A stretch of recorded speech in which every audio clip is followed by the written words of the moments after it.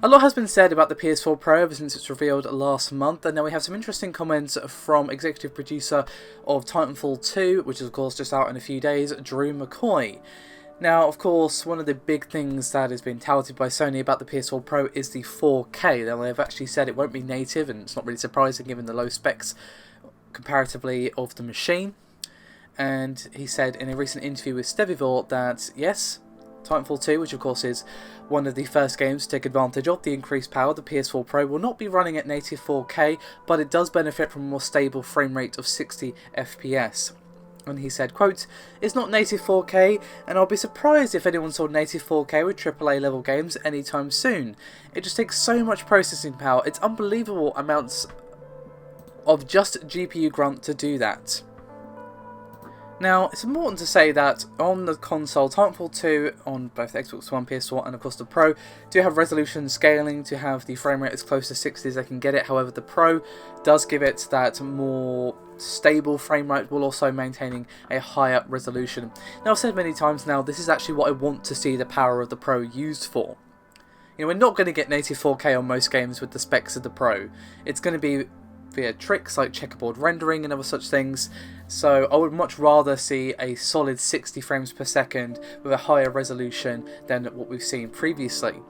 And Drew continued, quote, "It's a PS4 that's faster, we're able to increase resolution, we have higher res shadows and maybe higher particle counts. The frame rate is more stable, we have dynamic resolution scaling on all consoles, but it scales down less often on PS4 Pro to maintain 60 frames per second.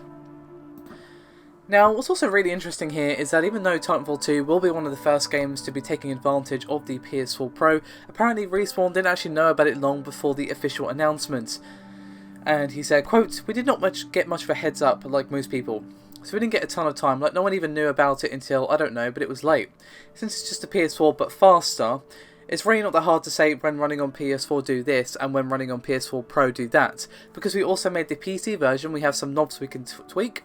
So we just spent some time making sure it still runs well and looks good on PS4 Pro. You know, making sure it doesn't look any worse at all. That's the requirement. It can't run worse or look worse on PS4. So it runs better, looks better, and has no bugs on PS4 Pro. We definitely want it to be on the PS4 Pro. When you're making a AAA game, you want to be seen as a AAA game. What kind of big budget game is not going to be seen on the PS4 Pro? You really want to be up there. So when Sony did the unveiling, we just weren't ready to have something to show yet. I was on phone calls with them, but the schedules didn't line up." So, some interesting comments not only about Titanfall 2, but of course his thoughts on the PS4 Pro in general, and his opinion as of course a AAA developer, or producer to be exact, but still you get my point, that it would be very surprised if we see any native 4K AAA games on the Pro. Now, some games might be able to pull it off. I'm not saying it's impossible, just that he would be surprised, as would I, to be honest. The specs just aren't there for native 4K. To get native 4K even on PC, you need a beast of a machine. So I'm not really surprised, to be honest. It's going to be upscaled. It's going to be via checkerboard rendering and other techniques I'm sure developers are going to pull out of their hats. And maybe we'll get a couple of native, but probably not too many AAA ones. Regardless of all that, thank you very much for watching. I'll see you next time.